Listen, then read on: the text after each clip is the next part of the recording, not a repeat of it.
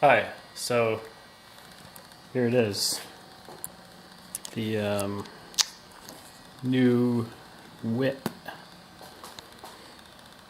It's the 2018 Larry versus Harry eBullitt, I think they call it now.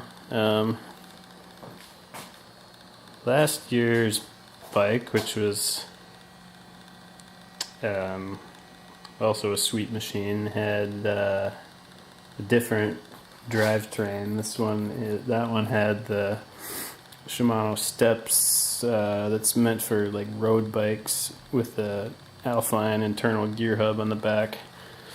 This one this year has the new system that's designed for mountain bikes, which has, I think the motor is a little more compact maybe, but it's also a little more torquey, I guess. And the big difference is now it has a Shimano XT 1x11 Di2 electric derailleur instead of the electric shifting internal hub system it had before. So it's super fancy. It's also got sorry about the mediocre lighting. I can't do this before Charlotte goes to bed. It's got fancy 4-piston Z brakes on the front and the back, which you can see down there. Big rotors, of course. I don't really know what kind of hubs those are, but they're not the Shimano lock-on ones. They're like 6-screw ones. It's got built-in lights that run off the main battery, so they're on all the time when the battery's switched on, and you have the battery switched on all the time when you're riding because it does electric shifting, so you can't shift if the power is not on. I guess what else from the front? It looks like it has an adjustable, there's 2 different steering ratios you can switch between on the front steering. And it seems really slow to me right now, so I might switch to the quicker one and see what the steering is like then. It's a 20-inch front wheel, 26-inch rear wheel. It's got this just giant fat frame bars underneath. It's got I don't know how you can see stuff under there. It's got a big, awesome, burly center stand. Like Charlotte can use these little steps and like climb up the side and over into the box without it tipping at all, which is cool. This box and this rain cover are made in Portland, so the shop there supplies these things. Like Larry versus Harry has plastic boxes you can buy too, but they're way more expensive even than this was, and this wasn't cheap because it's all like fancy marine grade plywood. This cover unsnaps at the sides and pops up, and then you can just pull the whole thing off by pulling these bars out of the holes at the front too.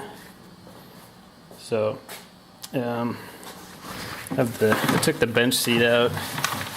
I rode it home from Seattle a little while ago. The bench seat in here is a terrible rattle trap, so I might have to try to do some figure out if I can put more rubber pads under it or something, because it when it's sitting in here. Sorry about the slow focus. I'm trying to do this with my little SLR. I don't know, it's kind of dumb about autofocusing on video, but it just makes that noise constantly when you're riding around, especially when there's no one sitting on it, which is kind of annoying. Not kind of annoying, super annoying. What else? It has bottle cage mounts on those bars on the left and right, which I thought was an interesting place for bottle cages. It has all these extra attachment points for load stuff that aren't used with this box. That's where the main battery sits. I don't remember how big it is. I think it's like 500 watt hours or something.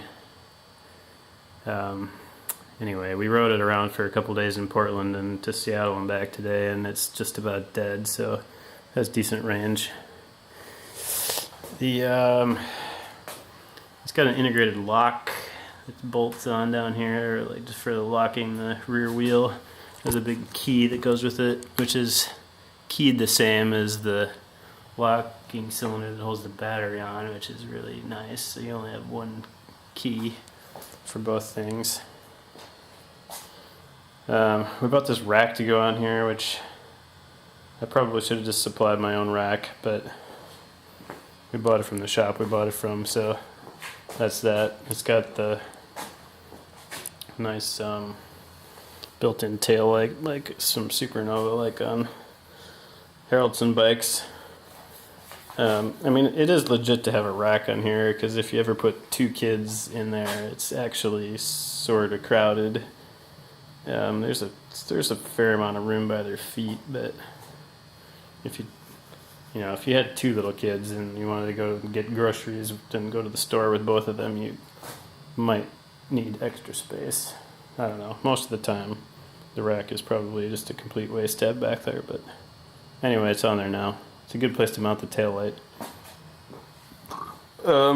So what else? Down here, you flip that thing on. It's got a little battery indicator, which is down on one light.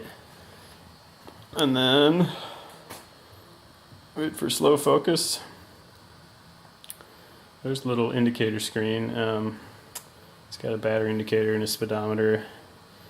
The control, it's got like rapid fire shift buttons on both sides. The ones on the left,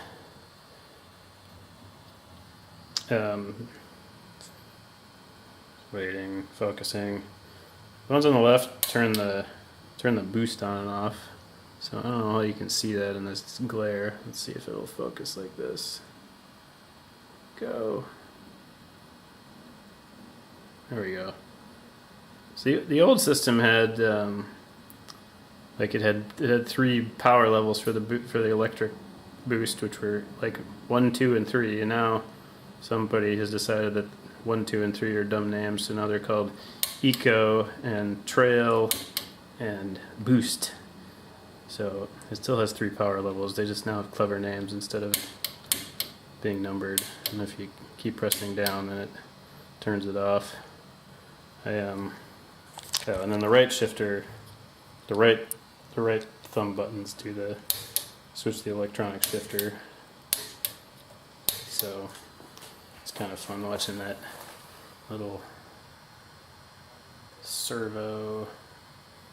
Man, I should not use this lens.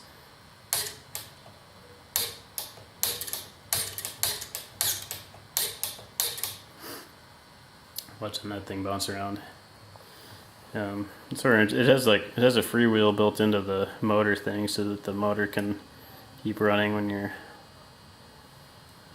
not pedaling. So that is a little odd to be able to spin these backwards and not have the chain move. I don't know what else to tell you. It's got this goofy adjustable height stem thing on it, which I guess for if you're a married couple who are of wildly differing heights, which is common, that would be very useful. Me and Hannah are like exactly the same height, so it's not that helpful. And it's funny they put a quick release on that, and they don't put a quick release on the saddle, which is sort of not that helpful. So yeah, it's very green. Hannah and I wanted to call it Lizard King. We asked Charlotte about that, and she said we should call it Green Bike. So I think we'll see what name sticks. It might just be called Green Bike, but we will see. Yeah, it's very exciting. It's very fast. It barely has enough headlight in the dark. I was charging around on rainy roads going downhill in Portland last night, going like 30 miles an hour, and it has very good brakes, but it could use a little more headlight, I think. Anyway, it's awesome.